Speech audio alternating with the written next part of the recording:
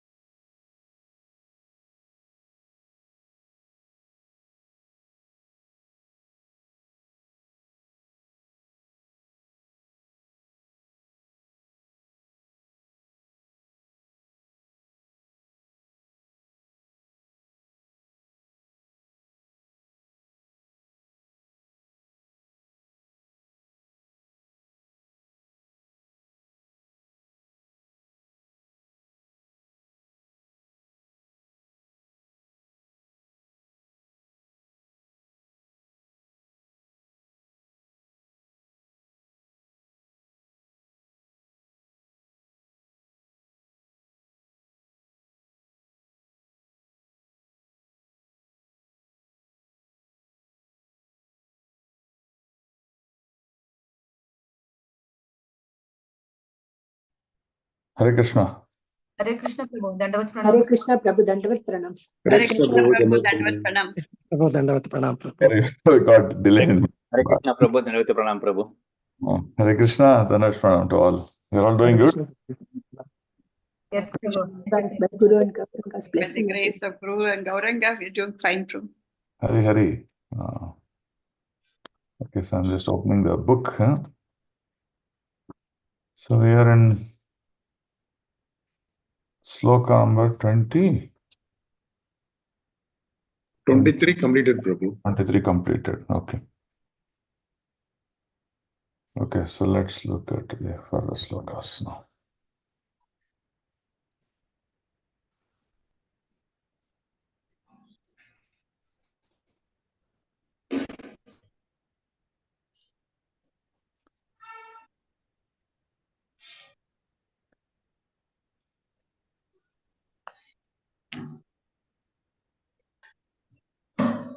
Okay, so this is sloka, right? 23 complete, 24 you have to do. Okay.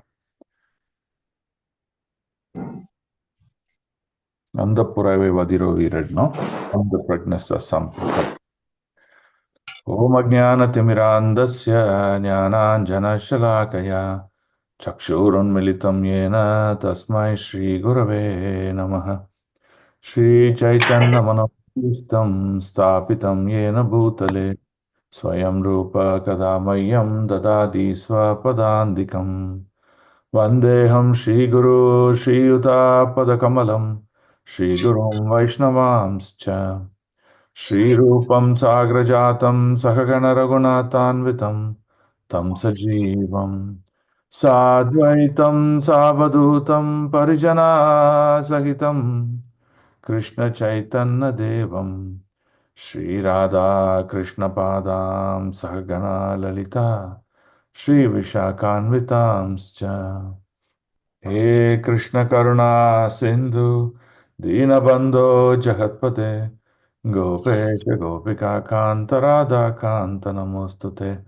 Tapta Kanchana Gaurangi Radhe Vrindavaneshwari Rishabhanu Sute Devi Pranamami Haripriye Vancha Kalparupyascha Kripa Sindhubhya Evacha Patitanam Pavanebhyo Vaishnavebhyo Namo Namaha Nama Om Vishnupadaya Krishna Prestaya Bhutale Srimate Bhaktivedanta Swaminiti Namine Namaste Saraswate Deve Gauravani Pracharine Nirvishesha Shunyavadi Paschatadesatarini. Jai Shri Krishna Chaitanya Prabhu Nityananda Shri Advaita Gadadhara Shivasadi Gaur Bhakta Vrinda Hare Krishna Krishna Krishna Hare Hare Hare Ram Ram Ram Hare Hare. Okay, so welcome to our morning class. We almost lost 10 minutes today. So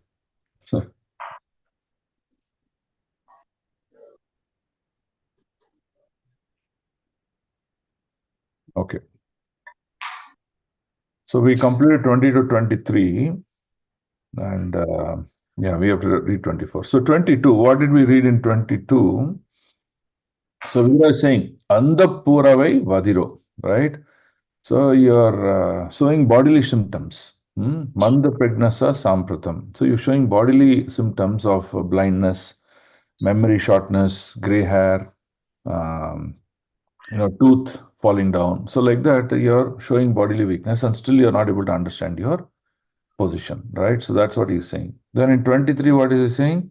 He says, Aho Mahishyasi Jantu Jivitasa Yata Bhavan Bhima Pavarjitam Pindam Adatare Griha Palavat.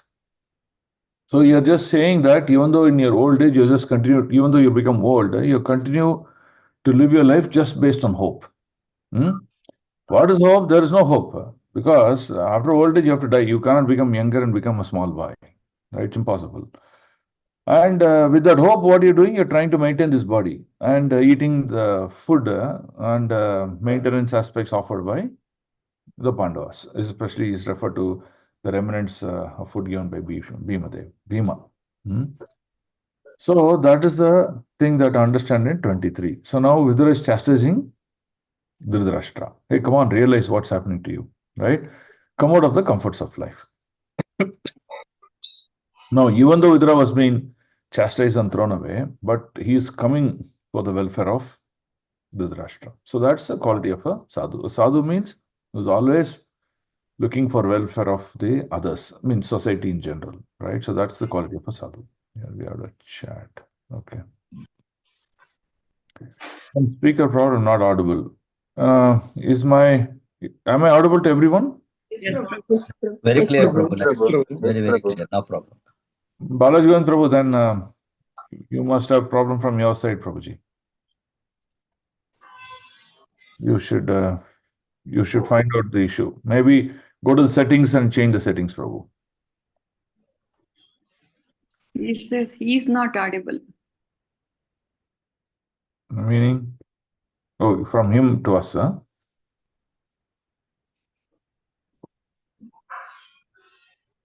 Okay. Or maybe try to change your audio settings, Prabhu. Then you should be okay. Okay. So let's continue our reading. Okay. So now we are going to the 24th sloka from this chapter. So okay. 13 or 24. Agnishtro datascha garodharascha dushitaha Pritam Shetram Dhanam Yesham Taddatair Ashubhikiyat. Translation. There is no need to live a degraded life and subsist on the charity of those whom you try to kill by arson and poisoning. You also insulted their married wife and usurped their kingdom and wealth.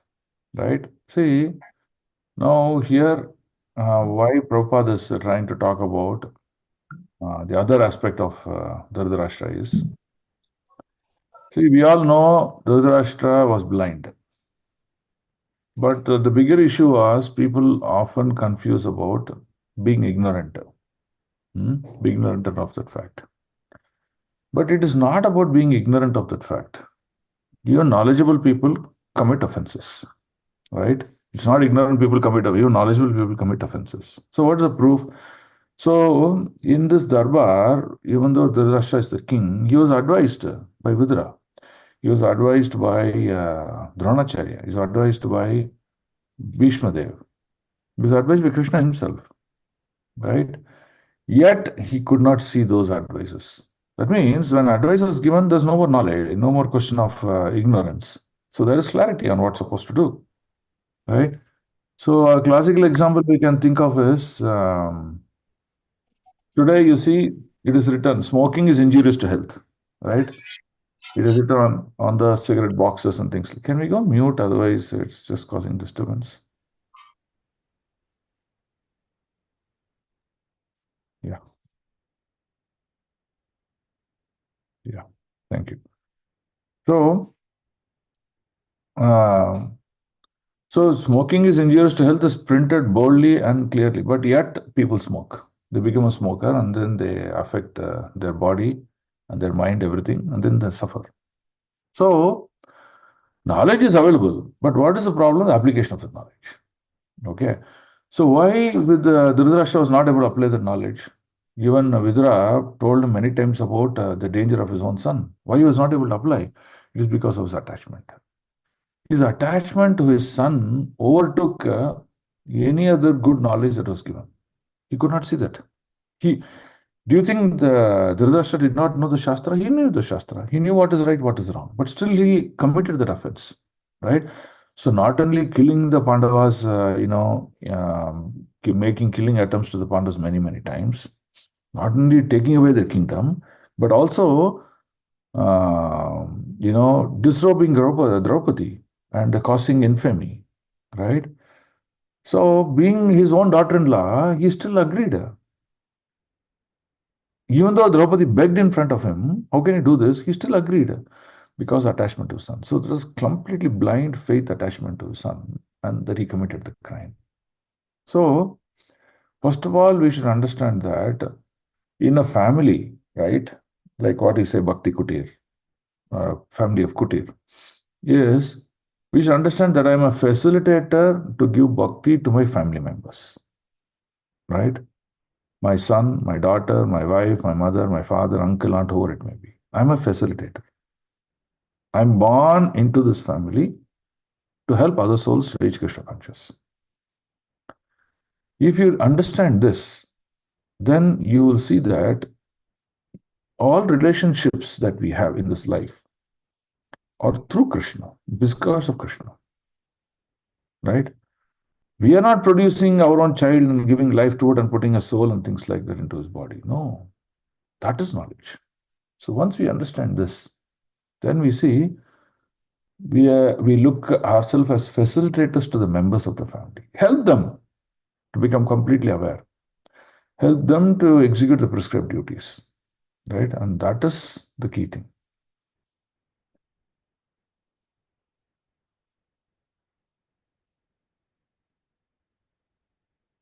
Right? So that's the point here.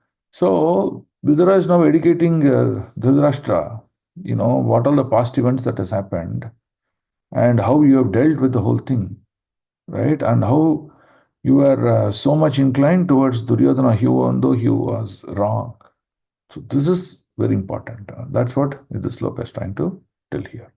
Okay. So let's go to the next sloka, sloka number 25. Tasyapi tava dehoyam kripanasya jijivishah paraita anichato jirno jaraya vasashi iva. Translation.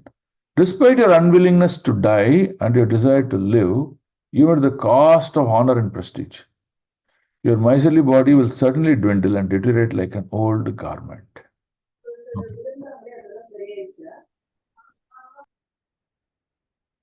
Okay. Hare Krishna. So now, here Prabhupada is trying to talk about two words. One is Kripana. So who is a Kripana? Kripana is a miserly person. So in a miserly person, who is considered miserly? Miserly means someone has money, but he doesn't want to use it. Right? Everything he'll keep it to himself. Not put to use for himself or anyone. That is called a miserly person. Right? Now, miserly does not mean money as such. Miserly means resources in general, any resources for that. So, for example, someone has good intelligence but not putting to use. He is also miserly. In the second chapter, what Arjuna tells Krishna, Karpanya dosho pahata svabhava prachamitvam dharma shamuda chetaha. Right? So what is the Dharma Shamuda Cheta? He's saying, oh Krishna, I'm feeling miserly weak. Miserly means I'm like a Kripana now, not able to put to use my brain and my intelligence in executing the duties of Dharma. Prishami Dharma Shamuda Cheta. That means to execute and uphold Dharma, I'm not able to use my intelligence because of my miserly weakness. That's what he's saying. So similarly, a Kripana is one who will not put to use the knowledge that is being given to him, or what he sees as right and wrong, and to discharge his duties in the right manner. Just such a person is called Kripana. Right? So Prabhupada is using the word Kripanasya Jijivishoha, which is significant here. So Prabhupada says there are two classes of men. One is called Kripana, another opposite of Kripana is Brahmana. Okay? So Kripana is miserly, Brahmana is magnanimous. Right? For the welfare of the entire community, welfare of the society. So the purpose of Brahmana is, in real terms, is to understand the scriptural injunction and give the scriptural injunction for the benefit of others. That's when it's called a Brahman. And that's why it's called Brahmanical society. So Brahmanical society is the one who have God realization because of their practices and things like that. But with that God realization, they don't keep it to themselves. They give it to others and help the upliftment of the society. That's a Brahmana. So Prabhupada is comparing these two terminologies, and one, when he becomes a Kripana, how he is a burden to himself. Right? And here Vidura is comparing Dhritarashtra to a Kripana. Okay? Because, he does not understand the Dharma Shastra. And then he is not understanding that all others he has got a duty towards all others in the kingdom, not just to his son. Right? So his miserly weakness has caused a lot of difficulties. And he says you're not able to understand that. Right? Now, what has that caused? Your miserly weakness has caused attachment. That attachment, even though you knew this war was unnecessary and it was unfair, you still was supportive of the war. How supportive of the war? So, for example, you can see, one may argue that Dhritarashtra did not commit any crime by himself, but sitting at the king, he was supporter of the crime. So when Draupadi came crying to Dhritarashtra, saying, hey, I'm your daughter-in-law. What crime I have done? Why should you disturb me? Why should you disrespect me in front of everyone? So please help. But he kept quiet. He kept quiet when his two sons, Duryodhana and Dushasana, performed that heinous act. Okay? When killing of the Pandavas, many attempts were made. It is not that he went and took a knife and killed her, but he approved or sanctioned the acts of Duryodhana. The approval and authoring the acts of Duryodhana was done in two ways. One, you can support by giving ideas and things like that, or support giving weapons or money or what it may be. But other is even keeping quiet and empowering him what he wants to do. Okay, that is also supported. So in both ways, Dhritarashtra did that, and hence it is a cause of a problem. Right? So he says, you've done all these things, and finally what happened? You lost all that. Your position as a king, you lost your children, everything you lost. But you're so, what do you say? You're so stupid that you're not able to understand the loss of honor and prestige also. But you're not able to see even your body deteriorating, right? You're getting to old age, and still you want to live in this body. Right? So that is the advice that Vidura is giving to Dhritarashtra. So can someone read the purport, what is highlighted? Hare Krishna Prabhu. Shall I read Prabhu? Yeah, read. The words Krupanasya, Jiji Visho are significant. There are two classes of men. One is called the Krupana and the other is called the Brahmana. The Krupana or the miserly man has no estimation of his material body, but the Brahmana has a true estimation of himself and the material body. The Krupana, having a wrong estimation of his material body, wants to enjoy sense gratification with his utmost strength. And even in old age, he wants to become a young man by medical treatment or otherwise. Dhritarashtra is addressed herein as a Krupana because without any estimation of his material body, he wants to live at any cost. Hare Krishna. He wants to live at any cost, right? He's not saying, hey, I've lost all honor. I'm no more a king here. I'm on the defeated side. Somehow Yudhishthira has spared my life. He's not seeing that. And then he's seeing that even though he's old age, blind and things, he's dependent on the mercy of the Pandavas eating their food. He's not even seeing that. But he still wants to live. Right? So you can see today also people are like that. The purpose of the old age is to help them understand that they have to retire from Grihastha life and go into God consciousness and self-realization. But people are not doing that. So that's why I have scriptures like what Prahlad Maharaj did, what Dhruv Maharaj did. What did Prithu Maharaj do? So they got into life of self-realization. In fact, if you hear the story of Prachina Barhi, right? So what he was doing, he was continuously performing different karmakanta yajnas in order to satisfy his senses in different ways. So Narada Muni came and chastised him. What are you doing? What you're doing is nonsense. You're just getting into the gates of hell. This is not self-realization. So when he chastised, then he realized, and then he started to practice, devotion service towards Lord Krishna and perfected his life. So how Narada Muni as a sadhu intervened and made his life. So now Vidura is entering into the life of Dhritarashtra and opening his eyes. Come on, realize this. Okay? Now, Prabhupada says that only by good luck does such miserly man meet a self-realized soul. That means he still attributes the good luck to Dhritarashtra. Soul like Vidura, and by instruction gets rid of the nescience. Nescience means ignorance of material existence. So material existence is very clear. It's very, very temporary in nature. Whatever we acquire knowledge, whatever wealth we possess, whatever beauty we possess, everything that we possess will just be vanished in the course of time. So rather than spending time on self-realization, we're all just fighting and fighting and fighting. Yeah, for our own gratification, position, power. So this is the difference between a self-realized soul and others. And if someone is not self-realized, great sadhus like Vidra are coming to help them. That's what this sloka is trying to help us understand. Okay. Any questions so far? Are we good? Yes, Prabhu. Okay. So you have to reflect, we have to reflect ourselves in position of the Dhritarashtra. Okay. So I'm getting old and it's a natural phenomenon. And what am I doing with my duties? Do I have my determination to practice my devotion service towards my Lord? Do I have my discrimination between right and wrong? And then you have to apply that.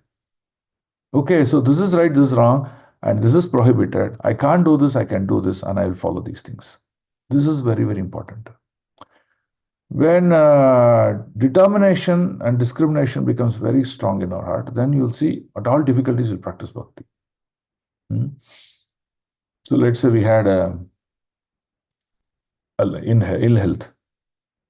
Immediately our reasons to give excuse, not to practice bhakti. But bhakti is beyond all material conception of life. That means a hindrance of this body cannot stop bhakti. So you should go beyond that to do bhakti. So for example, recently we had the departure of His Holiness Bhakti Gopal Krishna Maharaj, right?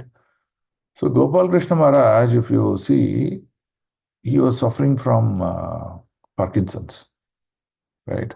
Very difficult. But still, his determination till the last minute of bhakti was very clear. He went on. He demonstrated that go beyond the bodily concept of life and perform bhakti. So what is our first issue? That's why Krishna starts the Bhagavad Gita. When he starts to speak, what does he say? He says, Dehino asmin yata dehe kaumaram yavvanam jara. He says, hey, this body is like a shirt. It'll get worn out and you throw it away.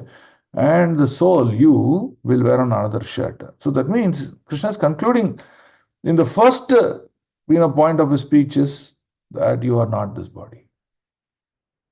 Right?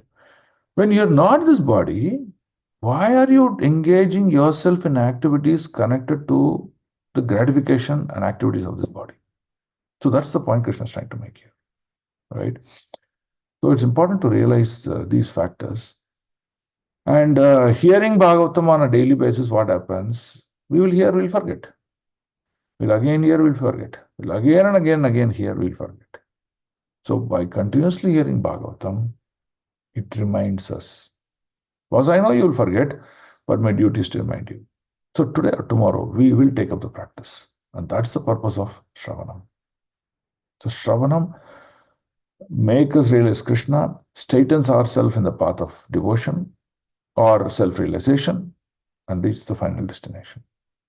So it's important to understand these things. Okay. So the key thing to learn is Kripana versus a Brahmana. Don't be a Kripana, be a Brahmana. By Brahmana, by practices, understand the purpose of your practice and reach the ultimate goal of your life. Right?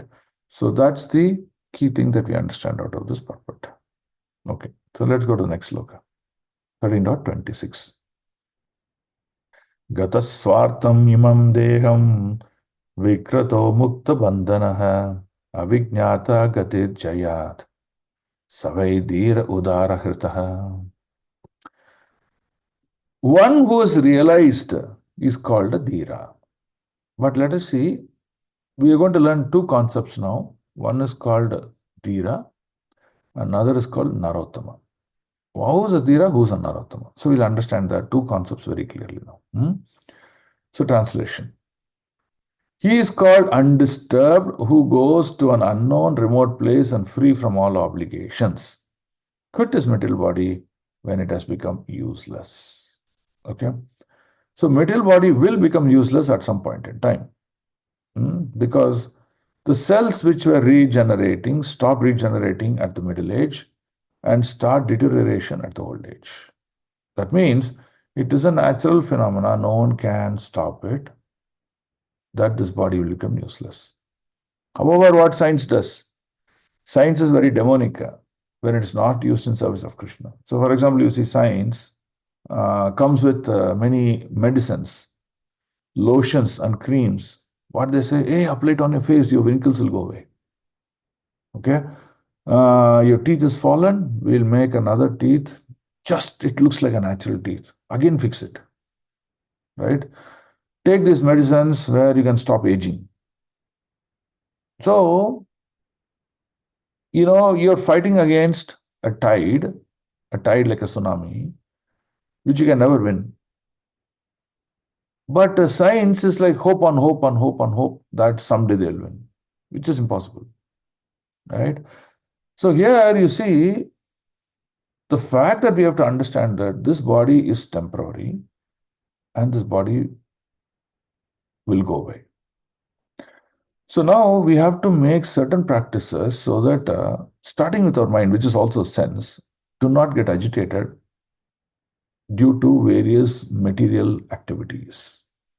And that is the key here, right? So if you keep getting agitated, then you cannot practice devotion in a focused manner. Devotion has to go deeper and deeper as we progress. Devotion cannot be artificial. Oh, I chanted my rounds, I ate prasadam, I am done. No. Devotion has to become deeper. Devotion has to become part and parcel of my daily routine life. Just like how I eat my breakfast and lunch, devotion must be the key. By practice of devotion, one will be able to control his senses. So now, even though Shastra talks about going to a remote place and then practicing bhakti, but today we don't have remote places. But what we need to do is change the way we practice bhakti by using anything and everything, starting from the senses and body in service of the Lord. That's called perfection of life. Okay? And who can do that? A realized soul. So in realization, there are two stages. One is dhira, another is narottama. We will see both now. We will first see dhira now. Can someone read the yellow? Hare Krishna Prabhu. Narottama Dasa Thakura, a great devotee and Acharya of the Gaudiya Vaishnava section, has sung, "My Lord, I have simply wasted my life. Having obtained the human body, I have neglected to worship your Lordship, and therefore I willingly drank poison." In other words, the human body is especially meant for cultivating the knowledge of devotional service to the Lord, without which the life becomes full of anxiety and miserable conditions. Hare Krishna. Miserable conditions. Always anxiety. Anxiety is what? Anxiety means not meeting our expectations. That means we want something, it is not happening, anxiety. We want this way, it's not happening, anxiety. I want to eat this food, it's not happening, anxiety. I want to be like this, not happening, anxiety.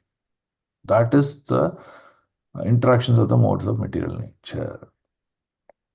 It will produce anxiety to one, right? So you have to understand what's the purpose of this human body. Human body is rare. The purpose of human body, which has got this sixth sense of thinking and reasoning. So our sixth sense is to realize God and to become God conscious, right? So now the first step to become is Dhira. So what is the Dhira? So let's see what the Dhira means. Someone read? Yes, Hare Krishna Prabhu. Yeah, Dhira means, someone else, sorry. someone else. Okay. Someone else take turns. Hare Krishna. Dhira means one who is not disturbed even when there is sufficient provocation. One cannot give up a comfortable family life due to his affectionate relation with wife and children. Self-realization is obstructed by such undue affection for family. And if anyone is at all able to forget such a relation, he is called undisturbed or dhira. This is, however, the path of renunciation based on a frustrated life. But stabilization of such renunciation is possible only by association with bona fide saints and self realized souls, by which one can be engaged in the loving devotional service of the Lord. Sincere surrender unto the lotus feet of the Lord is possible by awakening the transcendental sense of service. This is made possible by association with pure devotees of the Lord. Dhritarashtra was lucky enough to have a brother whose very association was a source of liberation for this frustrated life. Hare Krishna Prabhu. Thank Hare you. Krishna. Oh, so you see. So let's understand Dhira. So Dhira means one who is not disturbed, right? So even when you are provoked, you're not disturbed. That is the key to understand, right? So you take the story of Daksha and Shiva. Daksha provoked Shiva with so much of ugly statements, but Shiva was not all disturbed, right? He just simply walked out of the place, right? So that is called the Dhira. Now, in today's life, you see how sensitive devotees are. Very small statement, that's all. They immediately get violent and aggressive, hit back, and all those things. So, where is the question of stable consciousness? It's not there. Okay. Now, why all these things happen? Because of our attachment. Attachment at the samsara, at the family level, we may be attached. When we are attached to our son or daughter or someone else, any small disturbance, we get disturbed. Okay. In our services or in our business or whatever we do, we are so much attached to it. Any disturbance, full of anxiety, right? So what happens? The attachment is the one that closes our eyes, not able to see the truth. And we cannot become self-realized at all, right? So the purpose of Dhira is to become self-realization, right? If one is completely detached from material activities, then what happens? He executes himself in activities that will lead to self-realization, right? So in the last class, we talked about 4 kinds of vairagya. What are the 4 kinds of vairagya we talked about last class? Yukta Vairagya, Phalga Vairagya. Go to the first one. It's the first one. Yeah, Smasana Vairagya. Smashana vairagya. We said vairagya is temporary vairagya, temporary renunciation. That we do every day. Every day, night we say, enough, I can't eat anymore. I just want to just simple. I don't want anything to do. So every day we do smashana vairagya. And once we get up in the morning, we become very active. Oh, I want to eat. I want to do this. I want to go there. I want to do this. See, every day we do this vairagya, but there's no use. Okay. Second vairagya we talked about? Phalga Vairagya. Phalga vairagya. Correct. What is Phalga vairagya?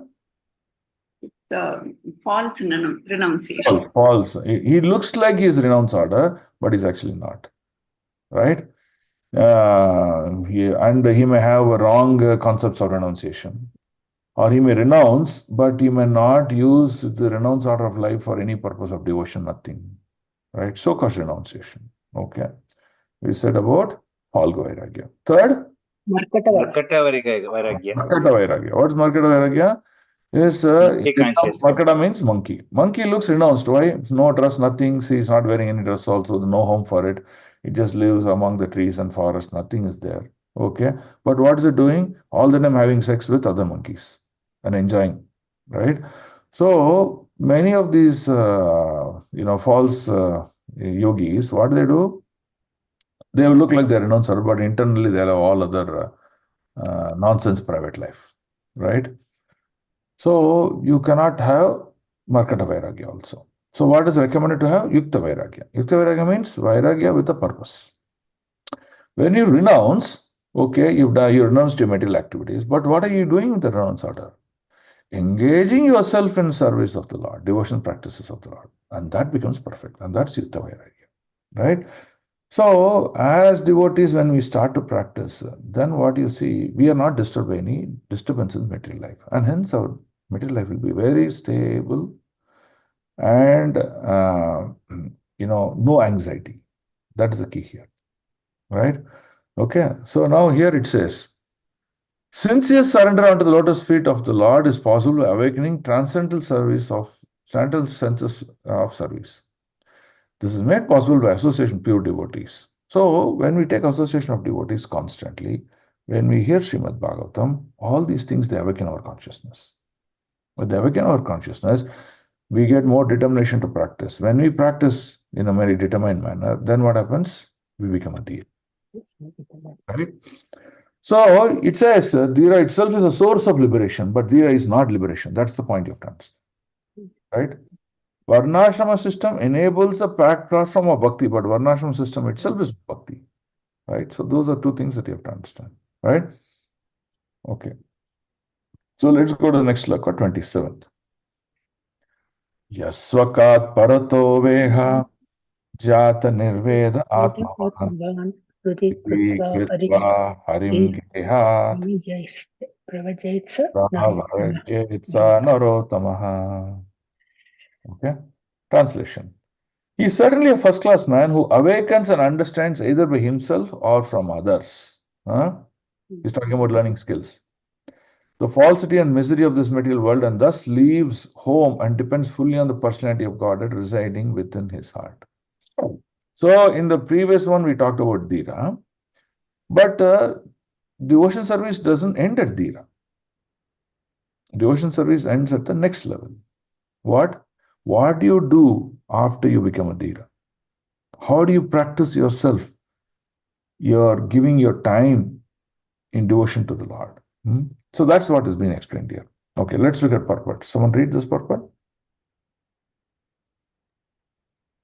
There are three classes of transcendentalists, namely, one, the Dhira, or the one who is not disturbed by being away from family association.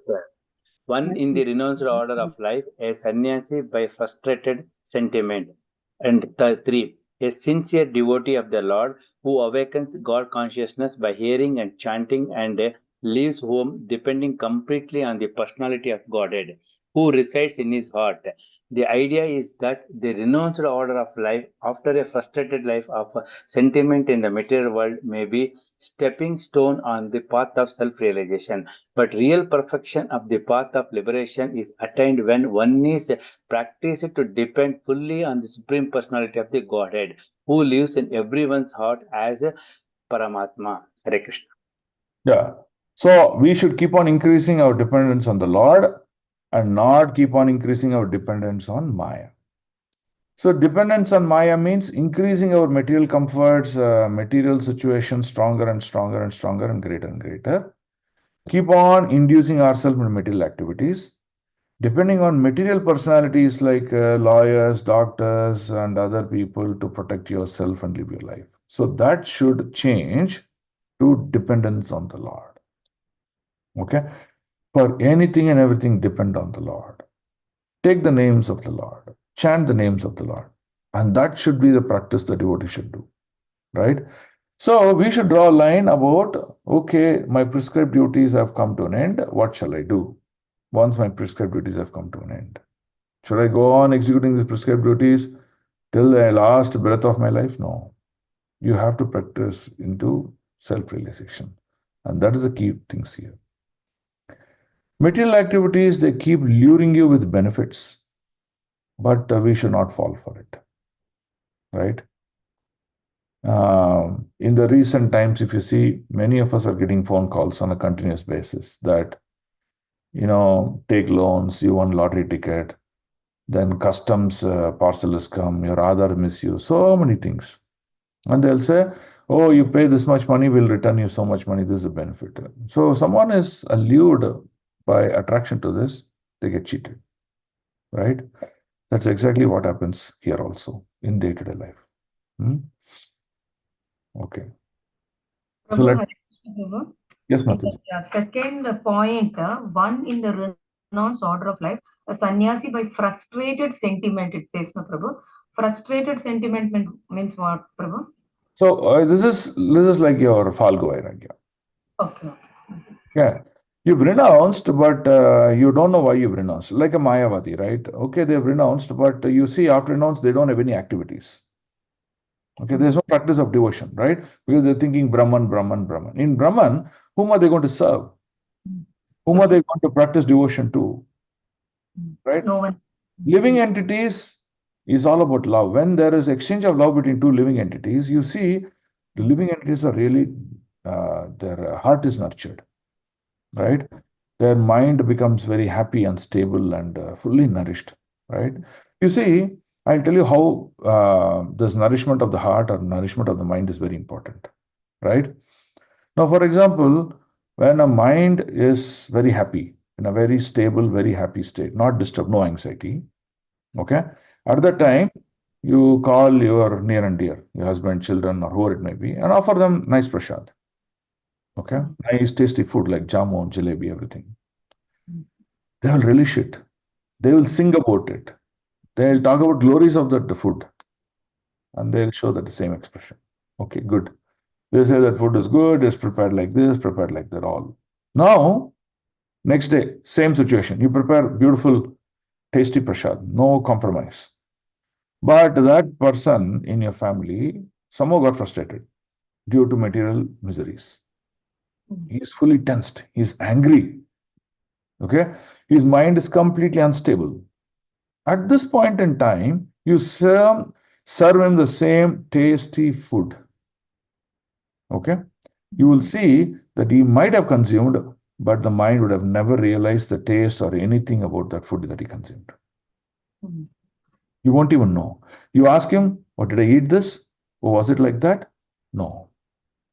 So, what the point that you need to understand is, it is not the food that has caused him the taste or anything. It is how the mind has interpreted what is he eating, what is he doing. So, mind is the cause of misery, mind is cause of happiness. So, by using intelligence to control that mind, you will see that you realize higher and higher truths of life. Okay. So, here, these sannyasis are more frustrated. Why? Because they are just acting on sentiments. Okay. So, for example, if I show love to my spouse, she'll reciprocate with that same love to me. Then I nourish that love. I feel happy. I feel really out of the world. Correct? Now, let's say I show love to a rock. But will the rock reciprocate back to me? No. Rock cannot reciprocate. Then you will say, what is this? I'm just showing so much of love, it's not reciprocating. And after some time, I get frustrated. What is this life about? What is the truth? There's just no taste at all, no blend. So, because we are made up of senses, senses means variety, means enjoyment. So, in Brahman, in Mayavadi, the forms of realization, everything is Brahman, but who's going to reciprocate with them? No one. No one reciprocation, so they will get frustrated. Okay. So, Mahaprabhu says such a sannyasi for life is actually is a frustrated sentimental life. It's of no use. Okay. Right? Thank you. So you can understand the second point better. Okay. Thank you so much, Prabhu. So one can be a sannyasi, but he does not engage himself in service of God. Then you see he will fall down from the platform sannyasi. Yeah. Okay. Okay. Let's go to the next sloka. This is sloka 28. Atodichim disham yatu swairajnata gatir bhavan ito advak prayasya kalaha pumsam guna vikirshanaha. Translation. Please therefore leave for the north immediately without letting your relatives know. For soon the time will approach which will diminish the good qualities of men. Right? So here Vidura is trying to tell Dhritarashtra. First, he made him understand. He made him understand the real aspects of life. Okay. So, what was the issue of Dhritarashtra? In the earlier situation, when his son was there, Dhritarashtra was with the same set of people. He was being given advice, but he could not see the knowledge. He could not see the advice. He could not see himself. So, he was completely dwelled into attachment. Because of that attachment, he could not see the truth and he committed many crimes and sinful activities. That's what happens. Today, if someone is money-minded, he only sees acquisition of money. He does not see that how to acquire money in the right manner. So, because he sees only the end result of money, he does anything, crime or non-acceptable activities, and performs the crime. Now, gets the money, right? So that's what Dhritarashtra was doing. So now, what's the situation? The situation is he's been given that knowledge, and now he's able to think through that knowledge. And now he's developing determination to practice that, and now he's getting ready. So that's the situation that we are into. So you see, important of studying of scriptures and association of sadhu. One who's self-realized will help us to go to the higher and higher platform. We may not know our mistakes. We will always think that we are perfect in whatever we are doing. Right? So carrying ourselves to the next level of self-realization is the most important factor, and that can be enabled only by association of devotees, not by being secluded in a forest or in somewhere else, because no one's going to teach us. So now let's read the translation. Please therefore leave for the north immediately. North means he's telling to go towards Haridwar. That's where north is now. Without letting your relatives know, for soon that time will approach which will diminish the good qualities of men. Right? So now he's saying you have to leave without letting the relatives know. Why? Because if you let your relatives know, see, it's time that I want to go, I want to become a renounced order of life, or I just want to, practice varnashrama system, whatever it may be. But what devotees will say, no, don't go. Your sons may say, no, Dad, I can't live without you. Then what do? Your attachment will again take Vishwarupa and then again pull you back into the family system. So that's what's happening today. Many people, Prabhu, why don't you stop your material activities or take up devotion service?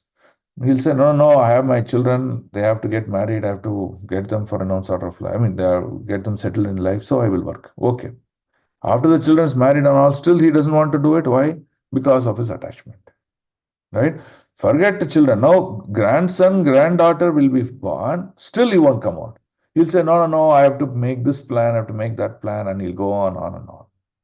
So, that is how Maya drags us into this samsara, this material life, and not allow us to get out of it. It's very hard to get. So only by power of association, one can get out of this. Okay. So now we will see who's a Narottam. Okay. We'll see the difference between Narottam and Dhira very clearly now. Okay. Someone read the law.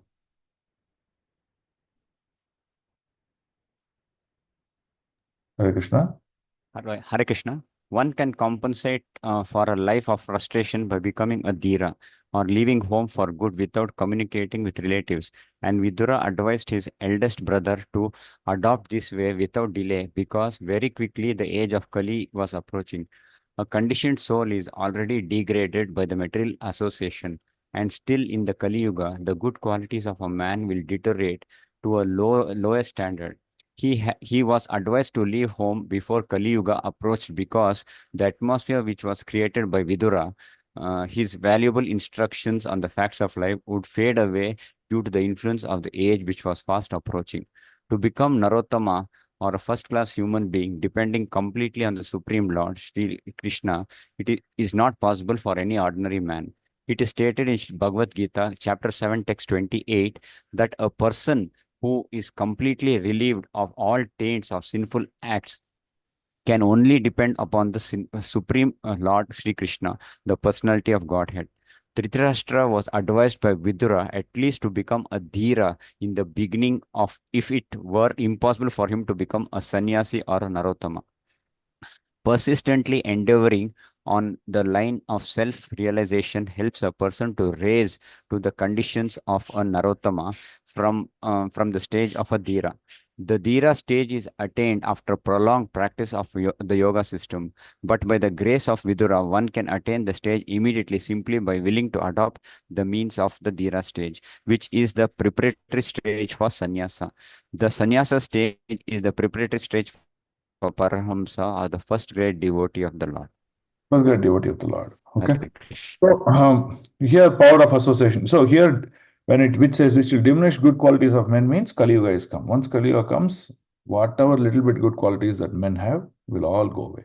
Okay, because Kali Yuga is the age of no hope. That's why Mahaprabhu came and induced Nam Sankirtan and said, "This is your only hope," and he's asking all of us to chant the holy names of the Lord. Okay, now let's come to this factor. So, what does Narottama means? Nara means man, Uttama means high class man, right? So Narottama means high class man, right? So that's what Narottama means. So now one should become high class. When is he called a high class or a first class devotee? When he practices devotion in a selfless manner just for the pleasure of the Supreme Personality of Godhead. That is when he becomes a Narottama. Okay. Now we'll take a story about how protection of devotees helps us to come even from the most vulnerable situation, right? So in Chaitanya Charitamrita Madhya Leela, you'll see there's a pastime during Mahaprabhu's South India tour, which is called the pastime with the Kalakrishna Das, right? So when Mahaprabhu went on to this tour, this Kalakrishna Das, he was the person secretary of Mahaprabhu, okay? So what does Kalakrishna do? He was supposed to care and take care of Mahaprabhu's need while on the yatra. That's what he's supposed to do. But when when Mahaprabhu finished the Kerala section, and then he was trying to enter the Karnataka borders, in that Kerala to Karnataka borders, in that place, this Kalakrishna Das got attracted to some of the hippies and these, what do you say? Gypsies. And, wander people, no? They will just keep wandering from one place to another place. What are they called? Nomads, Prabhu. Nomads. Or something like that. Okay, so he got attracted to one community of that people, and then he was enjoying women and things like that, right? So Mahaprabhu came and started to chastise Kalakrishna Das, saying, "What are you doing? Nonsense." And then when he went to save Kalakrishna Das out of this grave problem that he was into, all these nomads and others, they were coming using weapons to attack Mahaprabhu. Now Mahaprabhu, just at the glance of them, what happened? All these weapons, it turned against these people and started to cut people's hands, legs, and killed many of them like that. And then they ran away. And Mahaprabhu held the juttu, right, the shika of Kalakrishna Das, dragged him out of the whole problem into it, right? So you see, power of association, right? Now in power of association, what happened? There is someone to save us. If there's no power of association, there's no one will save us. So here you see, Vidura, even though Dhritarashtra is in such a condition which is desperate and no hope, Vidura still comes back to save his brother. So that is his good fortune, right?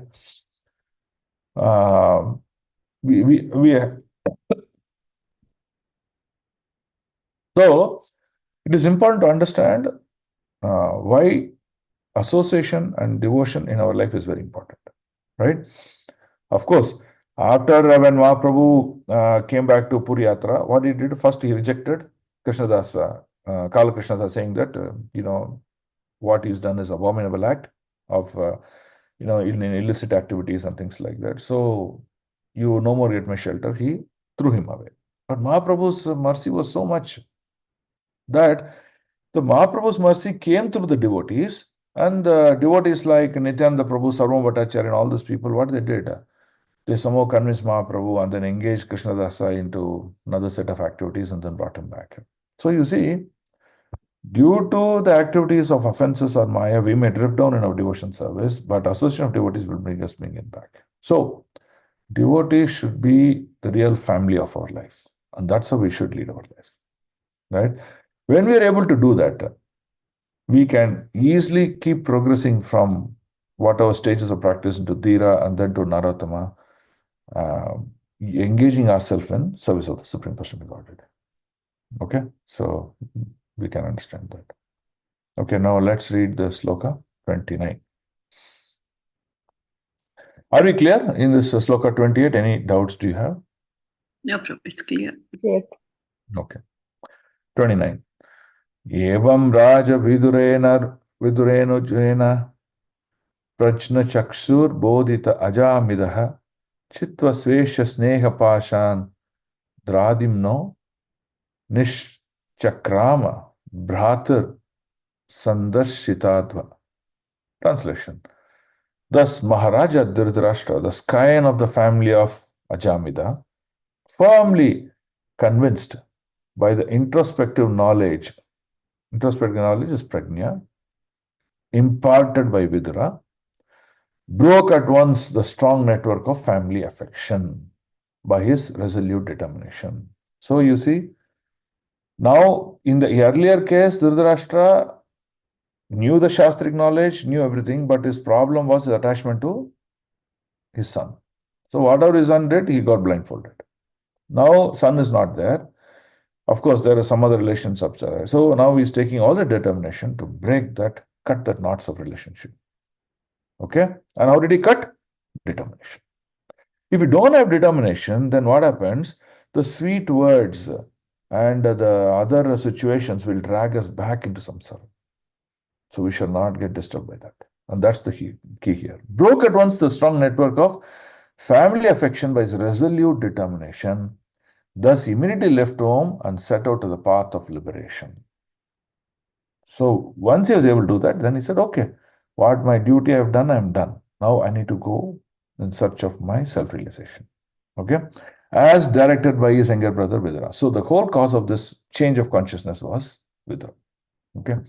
Now, here there is one statement that we'll understand. Can someone read the highlight, the yellow highlight? Hare Krishna. The scriptures, Hare Krishna. No, The scriptures can enjoin. we request others to take turn? Okay, Prabhu.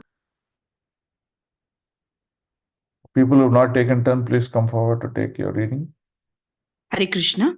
The scriptures enjoin, therefore, that one should Associate with sadhus. Associate with sadhus, only rejecting all other kinds of association. You read fully till the end of the purport. And by doing so, one will have ample opportunity to hear the sadhus who can cut to pieces the bonds of illusionary affection in the material world. It is a fact that the material world is a great illusion because everything appears to be a tangible reality, but at the next moment evaporates like the dashing foam of a sea of cloud in the sky. A cloud in the sky undoubtedly appears to be the reality because it rains. And due to rain, so many temporary green things appear. But in the ultimate issue, everything disappears, namely the cloud, rain, and the green vegetation, all in due course. But the sky remains, and the varieties of sky or luminaries also remain forever. Similarly, the absolute truth, which is compared to the sky, remains eternally, and the temporary cloud-like illusion comes and goes away. Foolish living beings are attracted by the temporary cloud, but intelligent men are more concerned with the eternal sky, which is variegatedness, with all its variegatedness. So, there was a situation when Vidura gave instructions. And he said, This should be like the thunderbolt of, these instructions should act as a thunderbolt on you, right? But what was Dhritarashtra telling? What this thunderbolt is just for a fraction of a second. So what's the big point in taking that? He did not see the instruction, but he saw the duration of the instruction. That was the issue with Dhritarashtra. That's what happens, no? Flash comes for a fraction of a second, but we do not know the intensity of the flash. So, realized people, what they do? They hear these instructions and they take it to their heart. How many times Bhakti Siddhanta Saraswati Thakura told Prabhupada, did he have to instruct like hundreds of times and beg him and do all these things to carry on the movement like that? No. Just give one instruction. That's all. That Prabhupada took it to his heart and then made into such a big movement of ISKCON today. Right? So this is the difference, that when instructions are given, we should take it, grab it to our heart and see how much can I practice in my day-to-day life. If not today, tomorrow, how can I do it? So we cannot forget these instructions. That's the point here, right? So I'm talking about spiritual instruction. I'm not talking about material instructions, right? And these are very rare. Spiritual instructions are very rare, and they're given to us as a matter of mercy from the Supreme Personality of Godhead, right? So this is what we understand out of this situation. Any questions on this sloka?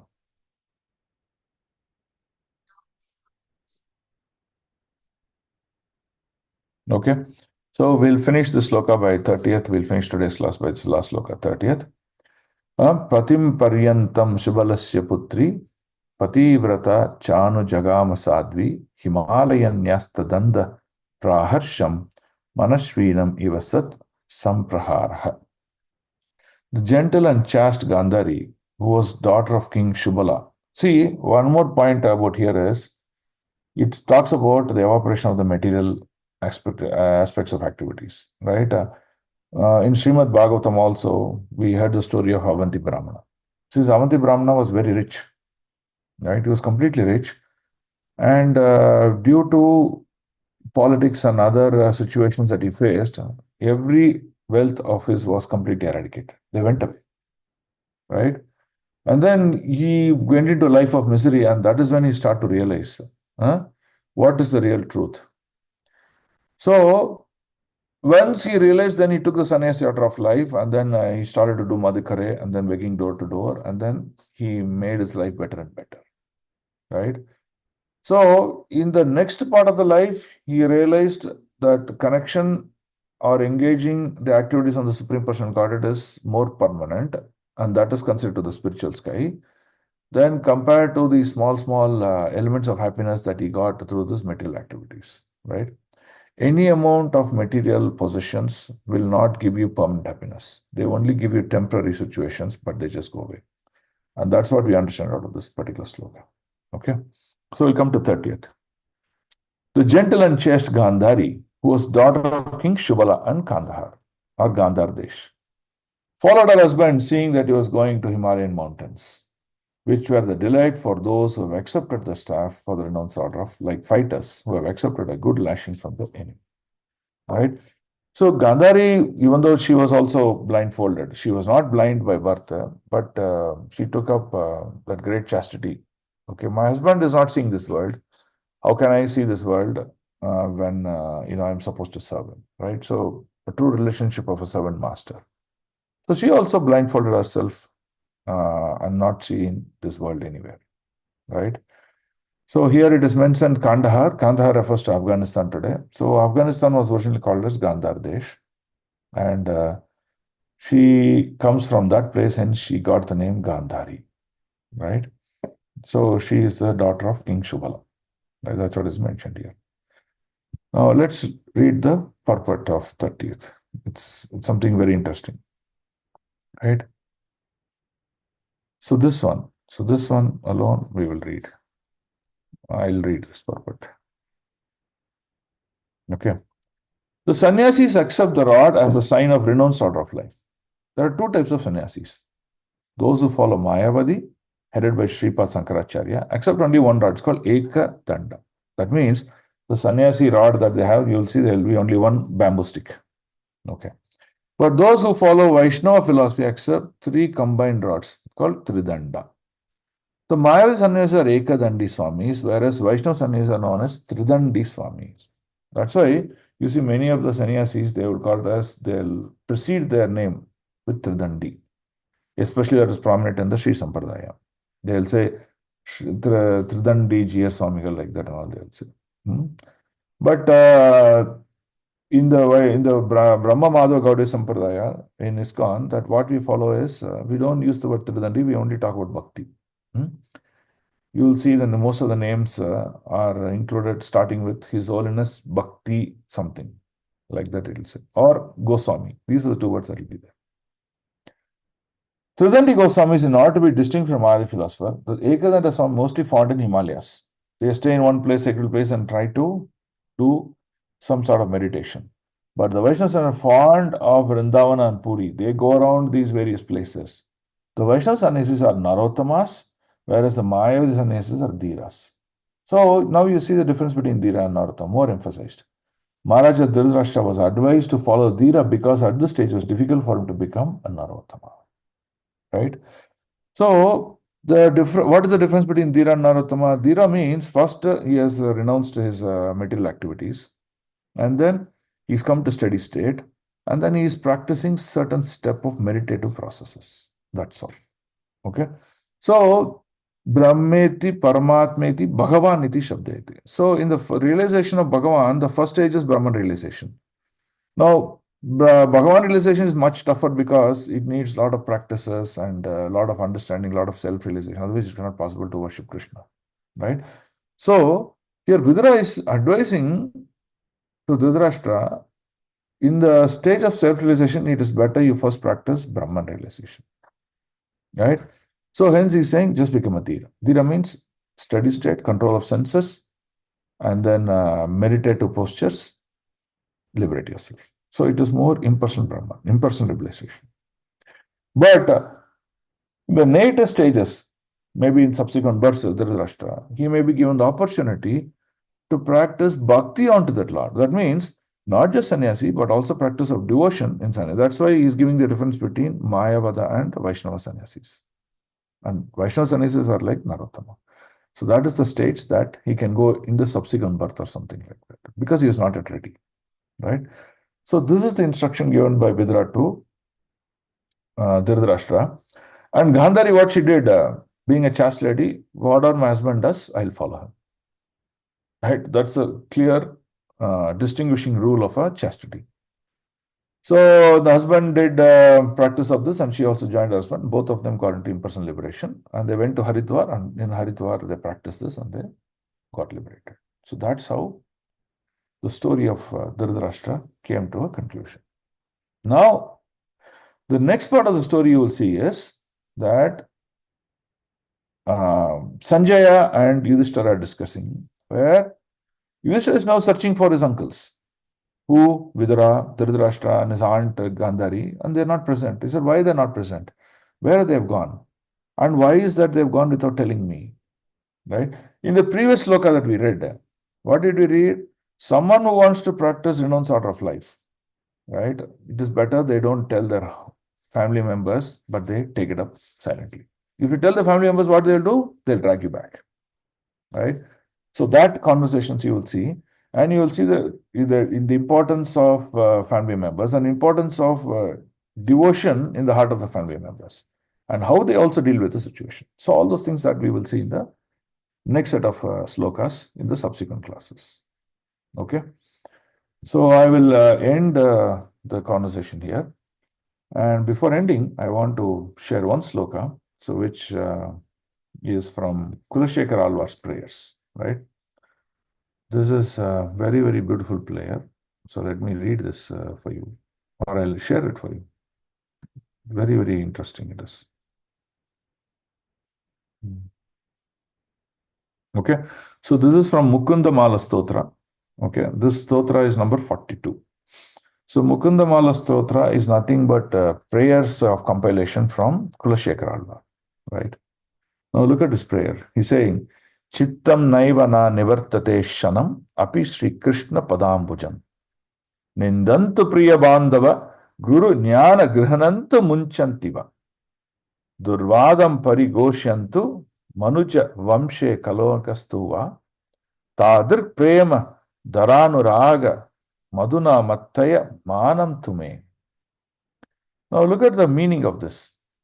Very, very intelligent and very beautiful.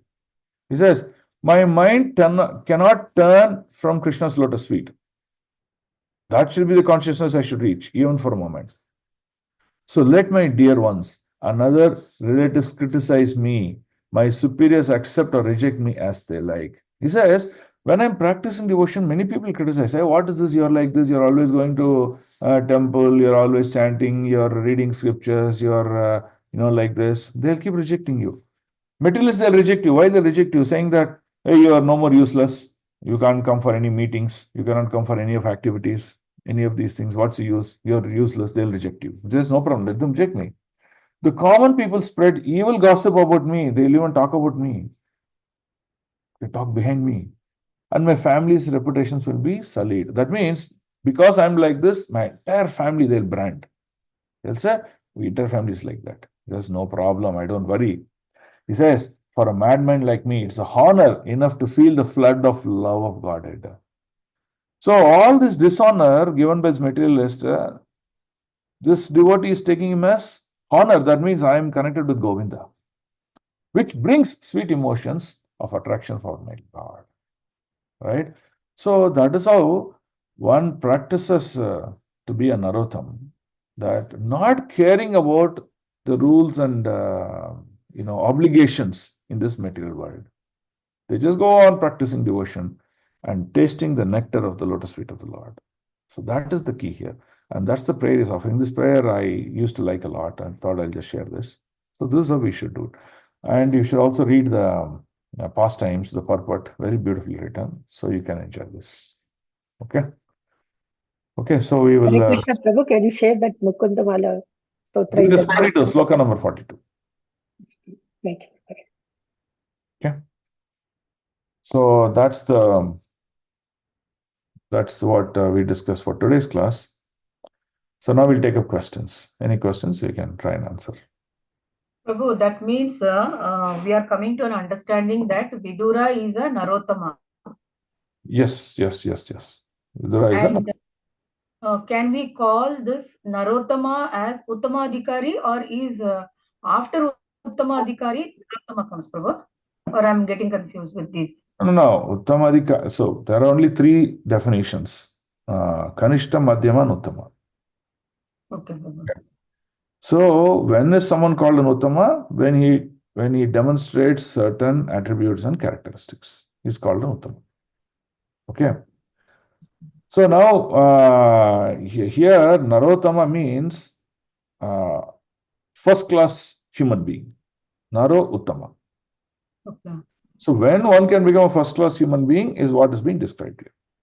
So a Narottama can be in the starting stage of Uttamadhikari or in the final stages of Uttamadhikari. Anything he could be. Okay. But Narottama means a first class devotee. Okay? Yes, Prabhu. Thank you, Prabhu.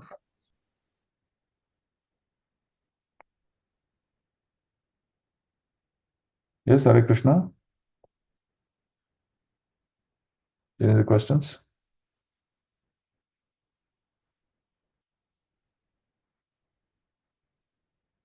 Okay, so are you all reading the purports after every class? Yes, Prabhuji. Yes, Prabhu. Yes, Prabhu. So please read the purports. Now, today itself, today we covered what, about 12 slokas or something like that, 10, 12 slokas, what it may be. But please read the purports. If you don't read the purport, you cannot keep in pace with the understanding of the subject matter. At some point in time, you'll see the subject matter goes deeper and deeper, and then you are still in the outer shell, then you will feel it's too heavy. So you have to read the purports on a daily basis. That's what will give you perfect understanding. When the understanding is perfect, it becomes a weapon for us to practice devotion. With the understanding itself is not there, then sentiment will drive devotion, and sentiment when drives devotion, it becomes very temporary. You may fall down. So, perfect knowledge, practice of devotion, associate with Vaishnavas, serve the Lord. That's just perfection. Okay, so that's my conclusion statement. Okay, let's end here. Grandhara Srimad Bhagavatam ki jai, Srila Prabhupada ki jai, Gurudev ki jai, Nitaya Gaur Premanande. Vancha kalpatarubhyascha kripa sindhubhyev cha patitanam pavanebhyo vaishnavebhyo namo namaha. Ananta Koti Vaishnav Vrinda ki jai. Vaishnav Thakur Srila Prabhupada ki jai. Om Tat Sat. Thank you. Hare Krishna Prabhuji, Dandavad Pranam. Thank you. Hare Krishna. Thank you, Prabhuji. Hare Krishna. Hare Krishna. Hare Krishna.